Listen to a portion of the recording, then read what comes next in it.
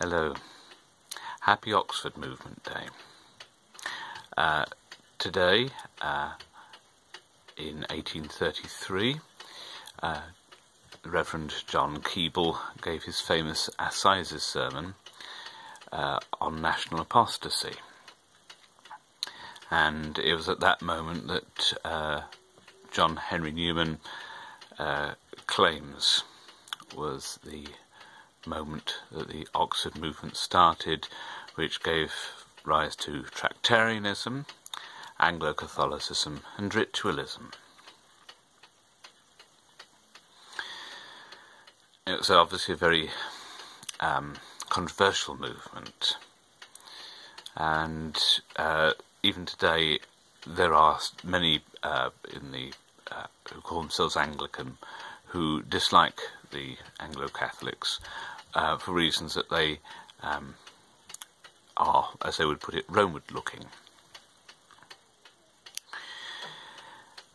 Indeed, I think twice in the past 3 months I've been called Churlish.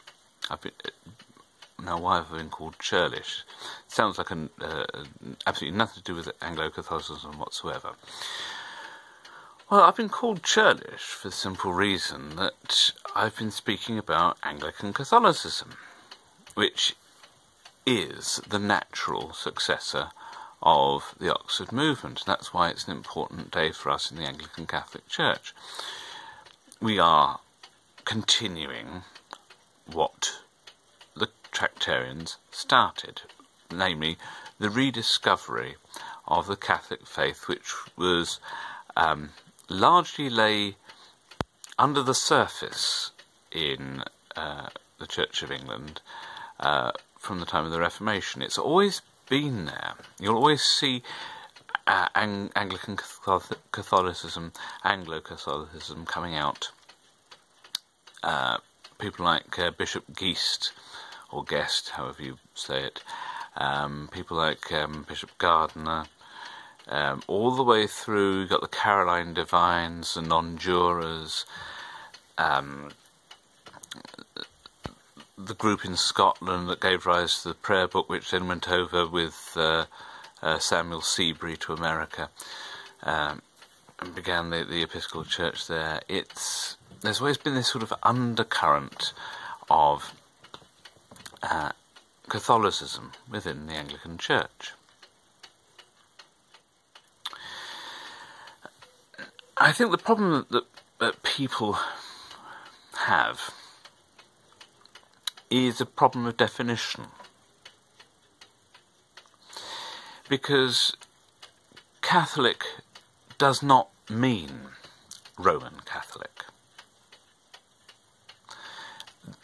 The Roman Catholic Church sees itself as being the Catholic Church. The Orthodox Church sees itself as being the Catholic Church. The Anglican Catholics, we see ourselves as being part of the Catholic Church. We make no claims to being the whole thing, but we do see ourselves as being Catholic for very good reason. We follow the same patterns as set up by St. Ignatius of Antioch. We follow the same canon as set down by St. Vincent of Lerins, and we also interpret it in the same way as St. Cyril of Jerusalem, namely that Orthodoxy and Catholicism are two sides of the same coin. And that's why we tend to ordain priests who come to us in orders. It's why we tend to ordain them sub conditione, under conditional ordination, on the grounds that it regularises. It means that we know that they are Orthodox and therefore Catholic. It's the same idea. So, why am I churlish? Why am I rude? The reason I think I get called churlish, mainly because I am rude, but also because people don't like the way that they perceive the Anglican Catholic Church as appropriating names that apparently we're not entitled to. The thing is that when people say that to us about what we mean, they're using definitions that are true today. They're using the changed definition. But we can't do that. The word Catholic appears in the Nicene Creed. When we say Catholic, we have to mean what it meant in the Nicene Creed. And it wasn't just, the church for everybody, the universal church.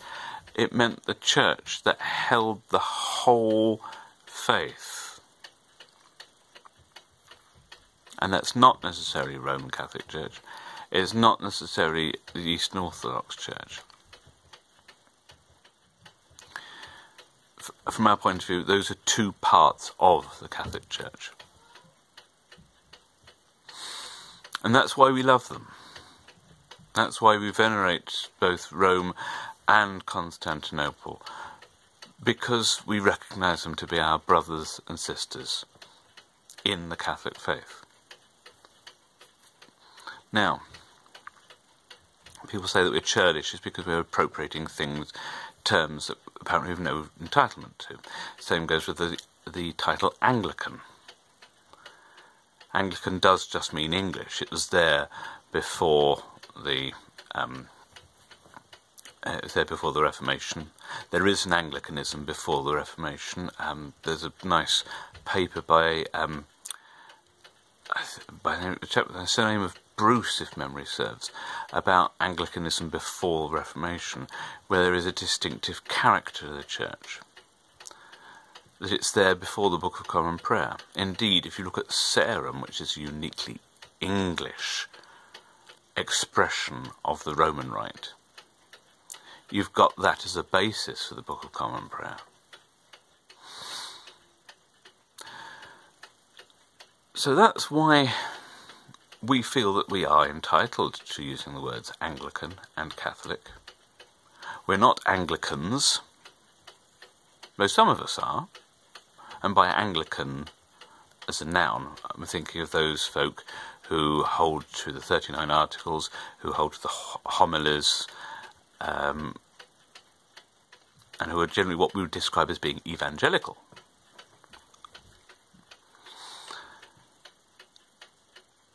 We're not that sort of Anglican. Indeed, I don't like to call myself an Anglican at all. I am Anglican. I'm a Catholic who's Anglican. Now, people will object to this. They'll say, well, how's it? Catholic means Roman Catholic, or Anglican means Church of England. Well, I'm sorry, quite frankly. That's not what the original definitions were, and that's what we're going by. In fact, I do have some Angle blood in me somewhere along the line.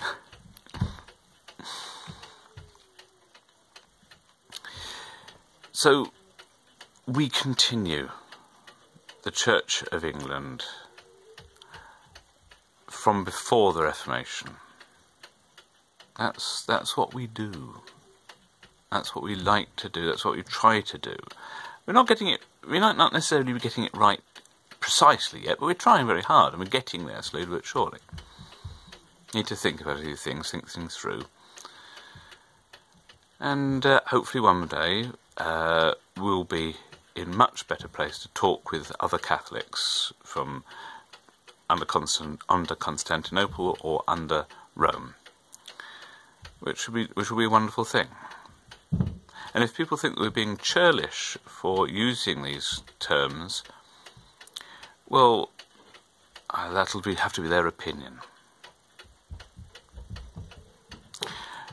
Doesn't matter. From our point of view, what we have is not Roman, not Eastern. It's decidedly English. And I think that's what the fear of the Tractarians was, that because everyone associated Catholicism with Roman Catholicism, That's why there are a lot of defections to Rome from the Church of England in the 19th century, most notably John Henry Newman, because that's where they assumed Catholicism would be. It's not. So that is why we'll just have to be a churlish church. Anyway, God bless you this Oxford Movement Day, that you may rediscover your roots in the Catholic faith. God bless you, that you may see us as your friends, your brothers and sisters in Christ. And God bless you, that we may all go into the great eternity of heaven together. God bless you. Please pray for me.